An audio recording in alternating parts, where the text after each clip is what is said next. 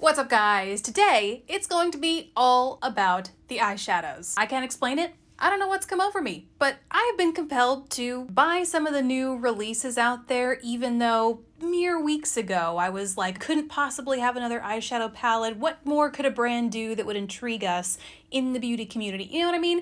And here I am with not one, but 5 different palettes slash individual shadows. And so I just wanted to talk about them here today. Talk about them, what my initial thoughts have been so far, and swatch them all for you. So let's go ahead and get started. So first I want to start with the newest palette to me, although it's honestly not, it's like a day newer than some of the other palettes that I have, but still. It is the Oma Black Magic Carnival palette, and I had my eye on Oma palettes since they launched, and it was only recently when I decided to pick up some other things like the foundation, the contour highlight duo stick that I'm actually wearing today, that I finally just decided that one of these palettes had to be mine. And prior to this launch, this is a new launch, so prior to this I had actually been looking at the green and gold palette because I love a good green. It's like my comfort zone shade mixed with gold. It's just like the perfect everyday all the time kind of pairing.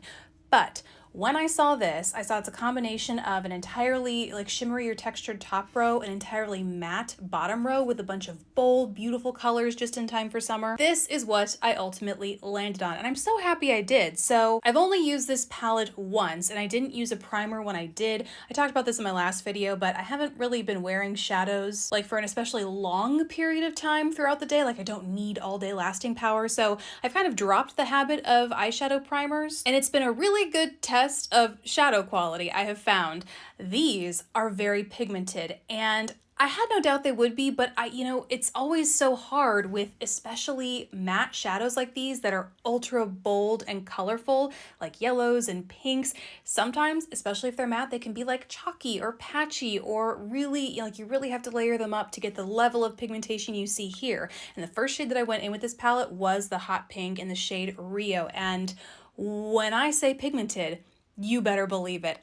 I probably should have primed my eyes more so for protection, because this definitely stains your lids. I had that pink on my lids for like 2 days after the fact. So these are very pigmented. They are easily buildable, although I haven't used all of these shadows in a look. They all feel like very consistent when I kind of swatch them and play with them. And the shimmers up top are pretty opaque. Like you can layer them with your finger or a dampened brush to really foil them and get maximum opacity, or you can shear them out so they're just like kind of toppers or transformer shades over your lids. But I was really pleased with those as well, specifically like Mardi Gras, which is a purple base, but if you get up close you can see that there are like blue and softer violet pigments in there that make it a shiftier shadow. This Trinidad shade, which is kind of like a mint, but you get close up and you see that it looks minty because it's like a dark green base that has like golden and soft blue shimmers in it, so it's another shifty kind of character in here.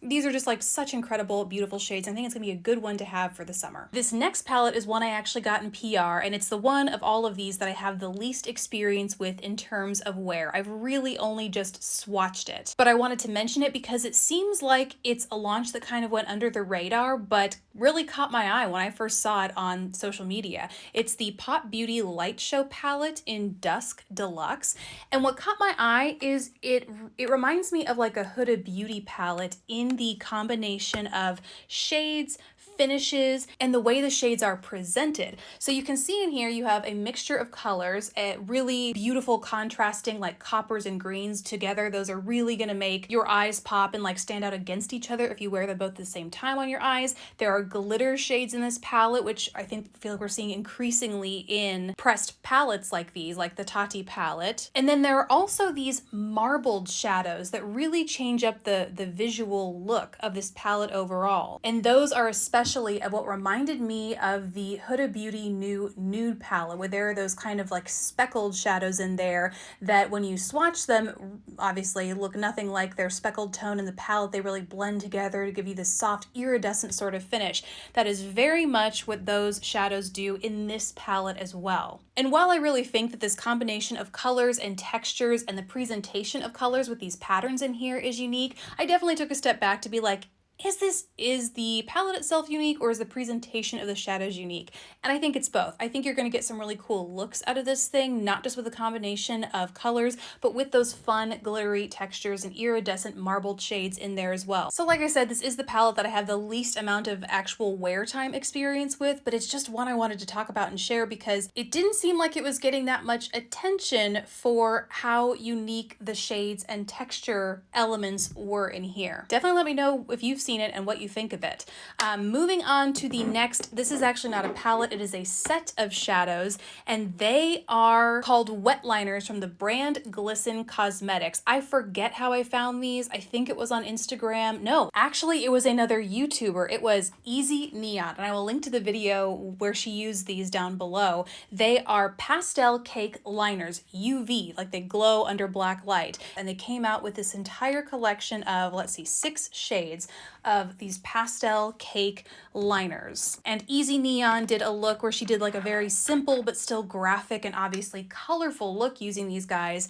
And I really liked the Suva Beauty UV, whatever those are called, like their kind of cake liners, but they don't make pastel shades like these. So wanted to pick these up. They sold them in a set as well as individually, so I went ahead and got the set. I will say they are quite a bit smaller than the Suva Beauty. I don't know how much by weight, but if I had to guess, probably half of the size, which for me is not a big deal because I haven't, unless I'm doing like that UV pumpkin look that I did a few years ago for Halloween, there's no way that I can make it through all of these, so I almost prefer having a smaller size, especially because these will likely get used as like an eyeliner where I'm not using a whole lot with each application anyway, so I don't mind that they are smaller in size, but it was a little bit surprising given that my expectation was like a Suva Beauty pot liner size. So all of these are gorgeous. I'm so excited to have them to use for the summer and beyond, really. They're gonna be fun for the summer, for Halloween, really anytime you need like a super colorful pick-me-up. And I feel like pastel shades make color on days when I feel like colorful's too hard to think about or it's not as approachable as I want it to be.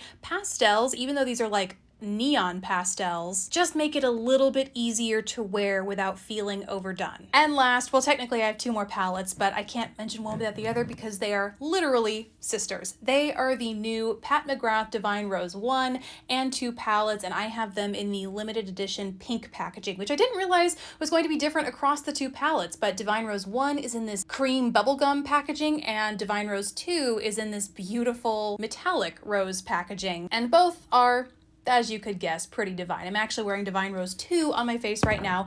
First, I want to talk about the packaging because Pat McGrath, I mean, the presentation from the time your package from her hits your doorstep to the time the product makes it onto your face is like a full experience. So each of these came in these beautifully illustrated boxes. So the Divine Rose 1 came in this one. It's like a teensy bit softer, whereas the 2 came here where it's a little bit more flashy, metallic, and really just both are reflective of the kinds of shades that you get in each palette. So Divine Rose 1 is softer, cooler pinks and mauves and naturally rosy shades. As with all of the Pat McGrath Mothership palettes, which is this 10 pan format, 6 of those pans are going to be a mixture of mattes and shimmery shades. I mean, they're borderline metallic. They can get very, very reflective, but they are nothing compared to the 4 texture shades that you get on the right-hand side of the palette. And so in Divine Rose 1, you get a cool metallic gold, a duochrome pink and gold shift,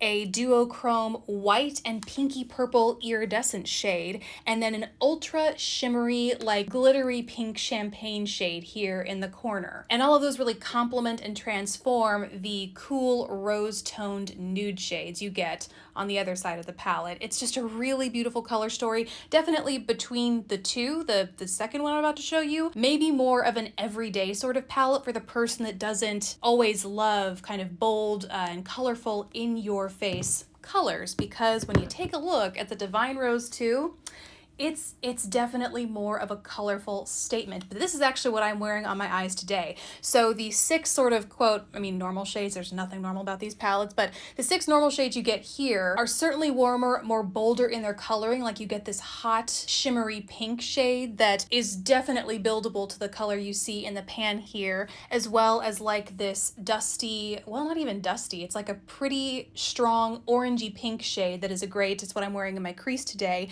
as well as has some more definitively purple leaning shimmery shades here. You have a warm bronze shade up here, a warm gold shade on the other side, and you can see it's much warmer than the gold that is in the Divine Rose 1 palette.